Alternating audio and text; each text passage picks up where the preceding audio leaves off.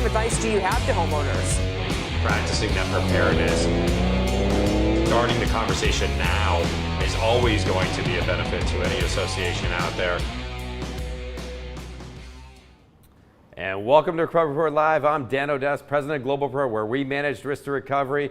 And we have managed more than $1 billion in our recovery. And if you've been joining us, you know that we are counting down to 10 years. That's a decade of advocacy. That's happening in March, and we can't wait to celebrate with all of you, all of our colleagues and associates when we hit that mark. But we got a couple more weeks here in the new year. We got a lot of things to cover. We got an important show today. We have an incredible guest, someone that has accomplished so much that I'll be honest, I look up to her. We were talking a little bit before the show came on. You know, the way she's been able to take her professional career and turn it into so much charitable giving is utterly amazing. I think it's something important, particularly around the holiday season. We're all looking for charity initiatives, trying to give back, do different things, whether it's unwrapped presents, working with the homeless, and feeding and doing different things, right? It's always important around the holiday seasons to give back. You never know where people are at in their lives. You got an empty seat around your table, invite a friend over that may not have their family nearby, or maybe they don't have any family at all. You don't know, so reach out. It's a great opportunity to help our community, definitely during this year. We've had a few tragedies this year. We've had, some struggles, whether it's economic. We've had some political changes. We're still dealing with the pandemic. We've had the tragic loss at Champlain South Tower. So think about this holiday season as an opportunity for you to give back during your holiday season. But before we get there and invite our guest on, which I honestly can't wait to do, I want to talk about an important issue. I want to talk about public adjusting. We don't mention public adjusting much on the show, directly or specifically, but I think it's an important thing to talk about because I'm starting to hear a lot of changes that are going on with regards to how mitigation contractors are handling losses and disasters, particularly for community associations, and how managers are reacting to the demands of insurance companies, and how certain issues are being misconstrued or misinformation is being spread amongst management companies and your mitigation contractors. First of all, your mitigation contractor cannot represent your interest in a claim. Point made. Cannot represent your interest in a claim. There is a Florida statute which has been revised several times, which specifically says they can't negotiate their bills. They can't do those things. So it's most important that you understand that they are not going to be there to advocate for you. Your property manager is just the same as you as a fiduciary if you're a board member, making sure that you're protecting the money of the association. And if just because you signed a work authorization with your contractor, which entitles them to direct payment from your insurance company, doesn't mean that it's not your money. So if you're a board member, wake up. Don't just think because your insurance company has agreed to pay the contractor that in fact what the contractor is doing is right or proper or is even being charged the correct amount of money. That's your benefit. That's your money. As a fiduciary, a board member, you need to protect that money. Don't just pass off that money or pass up by that opportunity to manage that situation. It's important.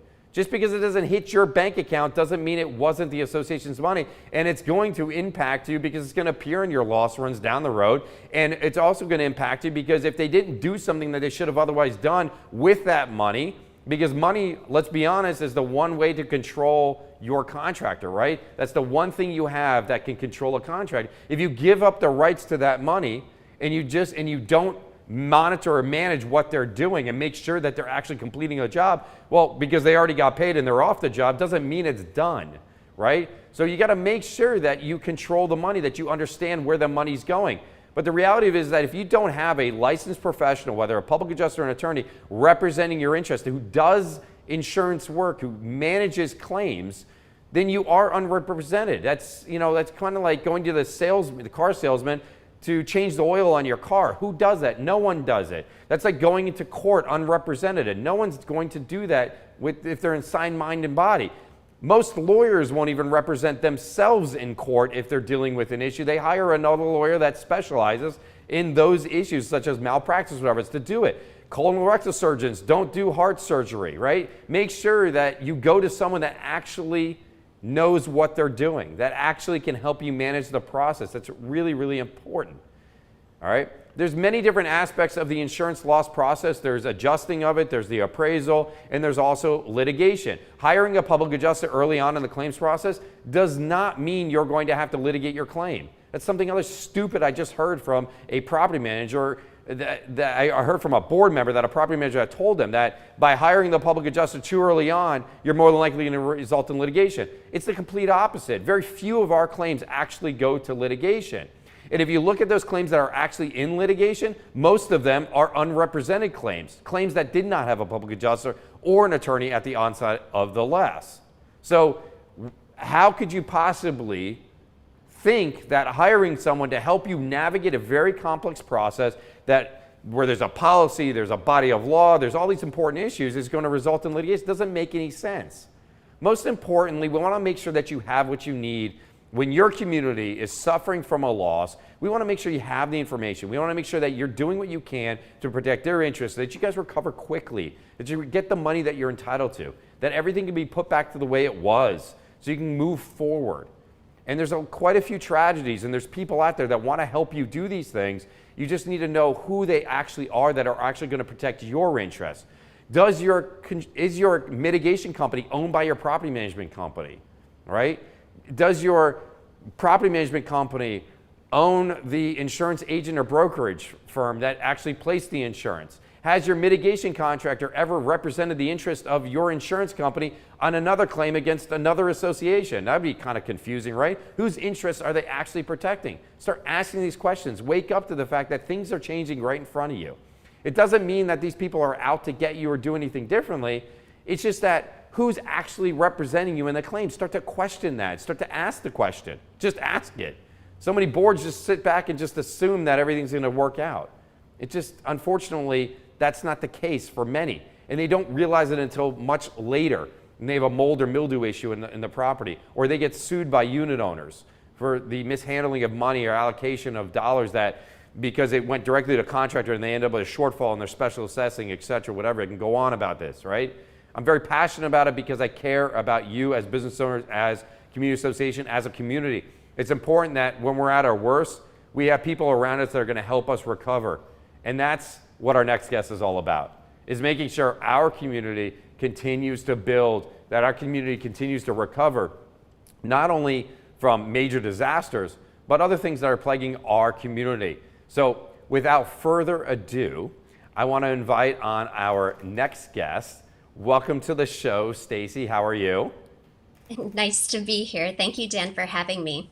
Well, I really appreciate you taking the time to speak with us, and I can't wait to get into the amazing program you have. Your background is very diverse, and I want to make sure that our audience obviously understand what it is. But I first off I pulled this from obviously a post to the Camillus house, and I want to get into the details of it. But I'd be remiss if I didn't make this statement first. So once a month, Stacie hosts an online cooking program called Cooking Healthy, Enjoyable Food. Acronym, it's awesome. It's CHEF. For families and Verde Gardens, a permanent supportive housing community with 145 units in Homestead operated by the Camillus House. And for those that have tuned in or have seen any of our marketing and where we have emphasized our assistance and help with our community has been with our partnership in the Camillus House and making sure that they can continue to serve our community and do the great things that they're doing. And one of the things that we had the amazing opportunity to do was to actually support this program. So we thought it would be perfect to bring on Stacie, the founder of this program, the genius behind it, truly. I've gotten to see some of the videos and everything else. And I want to talk a little about it. So thanks again for joining us. So tell us a little bit about your role at Camillus House, the types of clients you're dealing with, the focus of it. Sure. Well, first of all, thank you, Dan. Thank you, GlobalPro, because you stepped up with this new program. It was, fresh off the market on March. You helped sponsor us, and you've breathed life into this program. So thank you for what you've done. For those who don't know, the Camillus House. The Camillus House is one of the largest homeless shelters in Miami. I got to know it and I was impressed by how many meals they serve a day to people who don't have a home, the sheltering, the counseling, the access to medical care. It's a phenomenal nonprofit organization. And so from that, I learned about the offshoot program that is Verde Gardens. And so Verde Gardens, I actually had to go see it for myself. I had no idea what that meant, but it's an old Air Force Reserve base. So they've got all the houses that the Air Force Reserve would have once lived in. So there are 2-bedroom, 3-bedroom homes with kitchens, and they are meant for, through the Camillus house, for semi-permanent housing for families. Families was key to me, because these are people who have young children under the age of 18, and they have no home. And here they're being given the opportunity to have a home.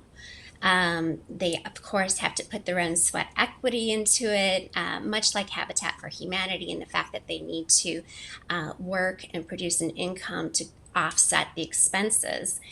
But with Camillus House, we are now able to give them a place where they've got heat, air conditioning, electricity, bedrooms for the kids, and a living room and a kitchen. And so when I learned about that, I said, okay, I need to figure out a way I can be influential in this transition from these people going literally from being homeless to having a home. That's awesome. So, and you're not unfamiliar with the restaurant industry. So, for anyone listening to this and watching this, I highly recommend that you go Google Stacie Archer and check out all the things that she's done, because I mean, huge diverse background in the restaurant industry. So you know what you're talking about, you know what you're doing when it comes to rolling out programs like this. So I mean, Camillus House is so fortunate to have someone like you with that huge, deep, I mean, rich background in restaurants and working with many well-known established restaurants and chefs. So how did you come up with this initiative though? Well, thank you for all that. Yes, I've been in the restaurant industry for 25 years, more on the corporate side. But what I realized was kind of from my own personal experience. I was working long hours, I was traveling, and I was a single mom of 3 kids. And, you know, putting a nice, nutritious, hot dinner on the table every night was a challenge. So when I stepped away from just running ragged with the restaurant industry, I started a food blog with the point of putting up recipes that are budget friendly, easy to make, and nutritious. So I already had that going for a few years. And then, of course, learning about the opportunity of helping families that we talked about at Verde Gardens who are moving into these homes. And many of them, they haven't cooked in years, if ever. They don't even have the normal kitchen supplies, but now they're being gifted with an oven, a stove, a microwave, a dishwasher. So I figured, okay, here's the blend. You know, I had the restaurant background. I have my food blog. Why not marry the two and find a way to help these families? So that's when we started the chef program that you mentioned before. Yep. And we've been running it since March, and it keeps growing in popularity. So we're real happy to have a place to find a use for our talents and know we're helping these families.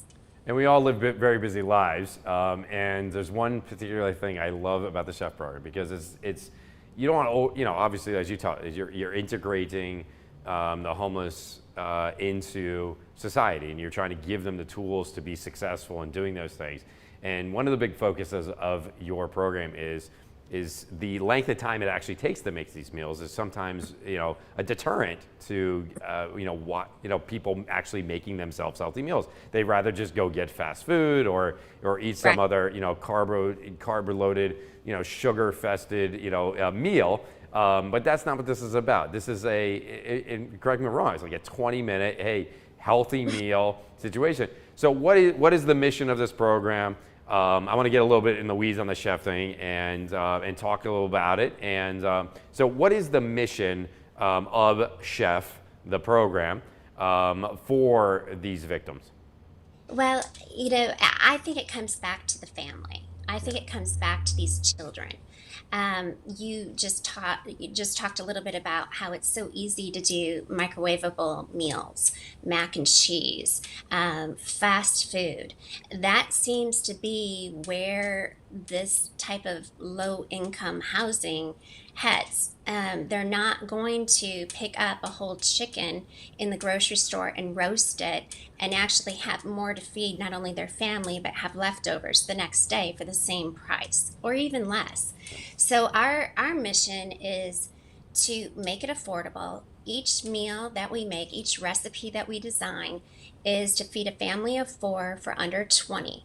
Wow. And we've actually been coming even lower than $20 in some meals. Yeah. So we're teaching them how to actually utilize their resources that are limited to purchase fresh food. Bring it home. Don't be intimidated if you don't know how to cook it. That's what I'm here for. I'm going to walk you through a virtual class every month, and I'm going to show you step by step how to make that meal.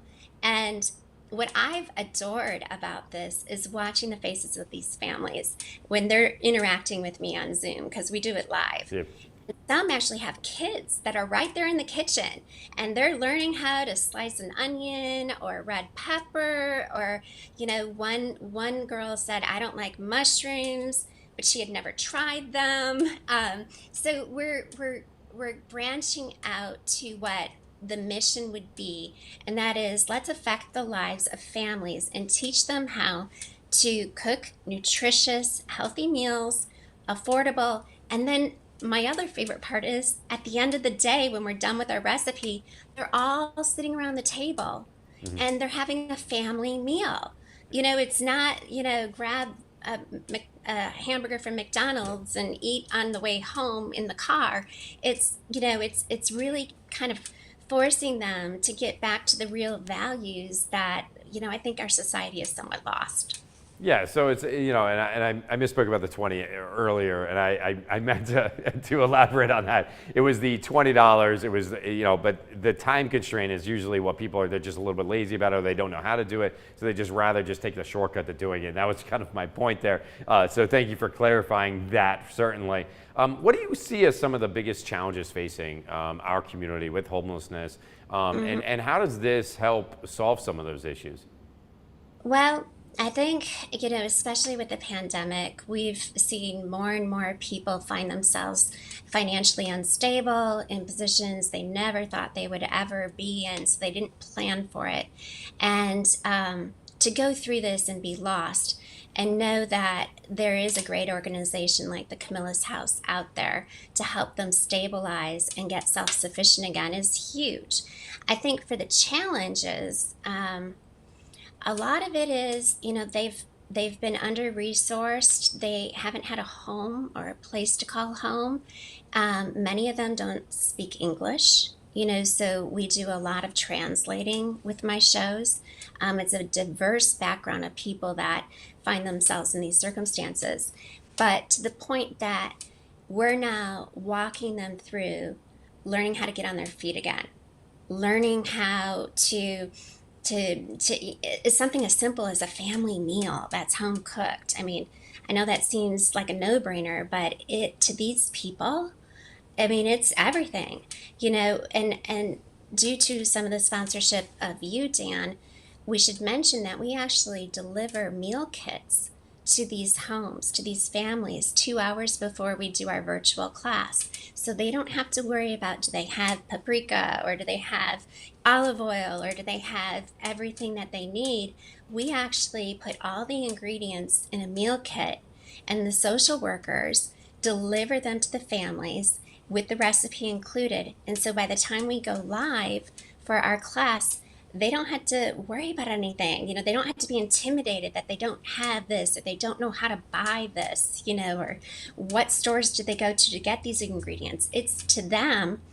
And because it's on a budget, and once they become familiar with these foods, familiar with these vegetables, they'll feel hopefully more confident to go out and use their food stamps towards buying these healthy foods as opposed to buying the, microwaved and all of that processed food.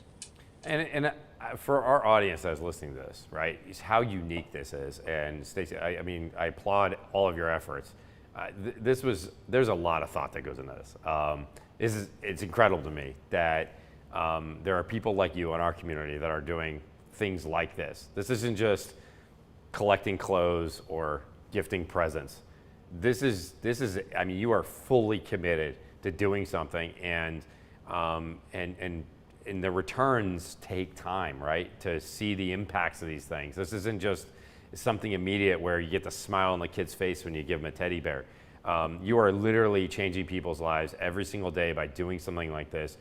Because in my visits to Camillus House and the tours I've taken of it and the clients that I've met there and the people that have, and the staff, the incredible staff, top down, Heidi's amazing, obviously under her direction. There's so much incredible things that go on at the facilities.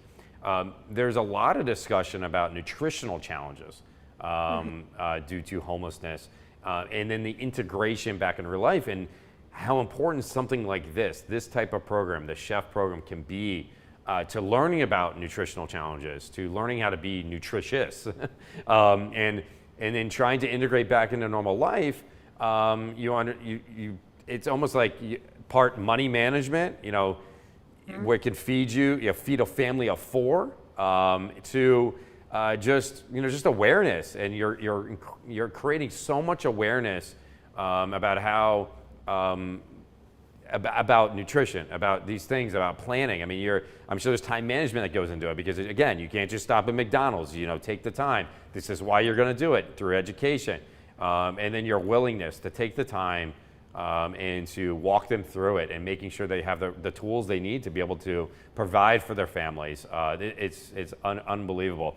So, well, if you think about it, Dan, I mean, food shelters, they're mostly canned foods, non-perishable foods, right? You're going to get soups, you're going to get, cereals, you're going to get things that maybe have an expiration date, but they're not fresh. They're not necessarily driven with a lot of nutritional content. So when they are transitioning to actually a home of their own, and they have a refrigerator and they have a freezer and they have more than just that non-perishable canned goods, it's nice to be able to show them what they can do. It's really nice. And I think where you're headed next is we're kind of bringing ourselves into a new chapter of this program, and that is to get involved with the chefs, the well-known famous chefs. Miami has a lot of them. We have the best restaurants. I mean, talk about South Beach, talk about Brickell, talk about Wynwood and Midtown. We have some of the best restaurants in Miami, and we have chefs that are looking for ways to contribute and be a part of the community. And so that next chapter involves bringing on a James Beard award-winning chef. He's very well known in the Miami community, but also nationally and internationally. His name is Norman Van Aken, and he is now my sidekick in terms of teaching healthy recipes to these families. But man, how cool, you're getting a top chef, and you're telling that top chef, by the way, oh, you need to come up with a healthy recipe that's under $20. And so forget the truffle oil, forget the high-end fillets. Yeah. I am going to use Chef Norman, and I want you to come up with a recipe that exudes your talent, gets people excited about cooking, and does it at a reasonable cost. So Norman and I are going live tomorrow night with our very first class together. Amazing and healthy. Healthy. I know that. Yes, and that's the part that I was like, I would looked at some of it and it was like, wow, like I would eat this. This looks awesome, and it doesn't have the processed crap in it. It's not, again, it's you would. For those listening, like, you would be surprised. Go check it out, support this program. It is incredible. And I have the long list of the chefs and it's a long list of the very well-known chefs and very well-known restaurants that many of them helped either start or own and operate. And I can tell you right now, many of you have all heard of them, and you're getting an overwhelming amount of support here, and I think it's fantastic, and I'm so happy to be a part of that. I know our team, GlobalPro, is incredibly happy. Many of them have visited the facilities and seen this stuff firsthand. So we're all getting involved here at GlobalPro, the whole team. Very, very happy. Our community is going to get stronger. We're super excited about that. You know, generally, you know, taking a step back from this in all of your experience, what do you think is the best way for our community to fight homelessness, in your opinion? I think a lot of it is in our minds. I think we need to change our mindset. I think so often there can be conclusions drawn about people who are homeless, and it can have a stigma against, you know, helping them because, you know, for whatever reason you think, well, they're homeless, they must have done something to deserve this. They didn't. These are real people with real hearts, and they too deserve every chance in the world to make it on their own. And so I think, you know, biggest challenge with homelessness is getting people to really open their hearts and understand and have passion for people who have been less fortunate and are working hard to get themselves off the street. They're working hard to rehabilitate. You know, they're working hard to raise those children. I think if we change our mindset, we can do so much. I mean, look at me. I looked at it and said, okay, I believe in these families. What is it I can do? And if everybody just sat back and said, you know, what talents do I have? What resources do I have? How is it that I can be a part of the solution? It's a mindset. So let's talk about that. How can our audience get involved in your chef program?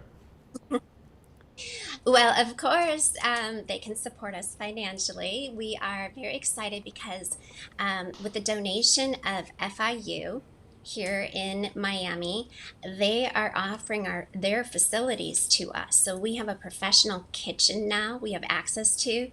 We have cameras, we have tech people, so we can really make this virtual class something that everybody can learn from. Not just these families at Verde Gardens, but open it up to everybody and you know, have your famous chef take the challenge of feeding your family for $20. So FIU has come forth. We're going to be actually broadcasting from FIU tomorrow night with Norman. So step up, support meal kits if you want to be a part of this program specifically, Dan, like you have done. You're supporting the finances to buy the ingredients, the meal kits that are delivered for the recipes to our people in transition in semi-permanent housing. But just to support the program and get the word out is absolutely important. That's awesome. So what's the best way is there a website? Is there a phone number that people can call? What's the best way that our audience can get in touch with the Camillus House and just get involved generally? Sure. Well, let's pop up the website at some point, but it's thecamillushouse.org, and you can go ahead and contact anybody through email or phones. There are tons of people that are ready to take any type of assistance you can offer. And if you speak of the chef program, you know that you're supporting the things that we've been talking about, the things about teaching families how to provide for themselves, to make a better life for themselves. Like you said, it's not just a gift of a teddy bear. It's the gift of a life skill. It's the gift of teaching people how to cook and have family dinners again and eat healthy. That's awesome. So this has been awesome, Stacey. Thank you so much for coming on. Thank you for taking the time. Thank you for everything that you do in working with the Camillus House and the community. I mean, I just think the fabric of our company here, of our mission, of everything else, it aligns so perfectly well with everything that you and the Camillus House and everyone is doing, and that's why we've gone all in. We are fully committed. We are out there with you doing these things.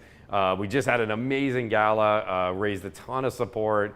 It was awesome to meet some of the clients that have fully integrated back into society, and and it's incredible to hear the stories. It's incredible to hear to feel the energy when you visit the different properties, the facilities of Camillus House, and you really get a sense of how passionate everyone is for what they do, and they understand that they need to be doing this, and it's awesome. So again, Stacie, thank you so much for coming on today, spending some time with us, and we're going to make sure that all this information is available on our website, social media, everything else.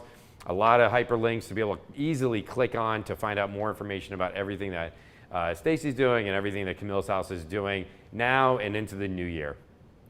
Thank you, Dan. It's been a pleasure. And again, we appreciate your support. All right, well, take care, Stacie, and we'll see you in the new year. Or maybe, hey, maybe a little bit before then. I intend to, by the way, I intend to tune in and to check this out. So I'm looking forward to our new chef here and seeing what they have to bring to the party. And so excited. Have a happy holiday season. We'll see you soon. You do the same. Thank you. Well, what a great show. It's awesome to be in the holiday season to talk about all the great things that people are doing to help our community, and that's definitely what Stacie and the incredible team at the Camillus House are doing. They do this year-round. They don't question anything that they're doing. They know that what they're doing is making such a positive impact on our community. And community is certainly a cornerstone here at GlobalPro. We have the GlobalPro Cares Foundation and various different initiatives, Fresh Kicks and Cuts, where we are constantly giving back to those in need. We are on the front lines in major disasters. We are working with our community constantly to make sure that our community is giving back, our community is working to get better, to be better, to better serve those in need, whether it's from a disaster or simply homelessness, something that we're dealing with on a year-round basis, right? Something that, particularly as the weather changes, as the economies of our country change, things happen, and when people are at their worst, we want to make sure that we are on the front lines helping, serving the needs of our community and doing everything we can. And it's all part of our story here at GlobalPro, the story we are continuing to tell, continuing to write new chapters as we head into the 10th year. And I'm so excited for all of you to join me every Thursday at 11 o'clock here on the Recovery Report. We are on all the social media channels, so make sure you're liking us, following us, Twitter, Facebook, LinkedIn, YouTube. I can go on and on. We're on all of it. We're out there. We want to make sure that you get the information you can use, whether you're a business owner, community association. Continue to tune in. We have another great show next week, so make sure you calendar it. Again, 11 o'clock every Thursday, right here on the Recovery Report Live. Thank you, Stacie, the Camillus House, and everyone that tuned in today. This was an amazing show, and I can't wait for next week. Take care.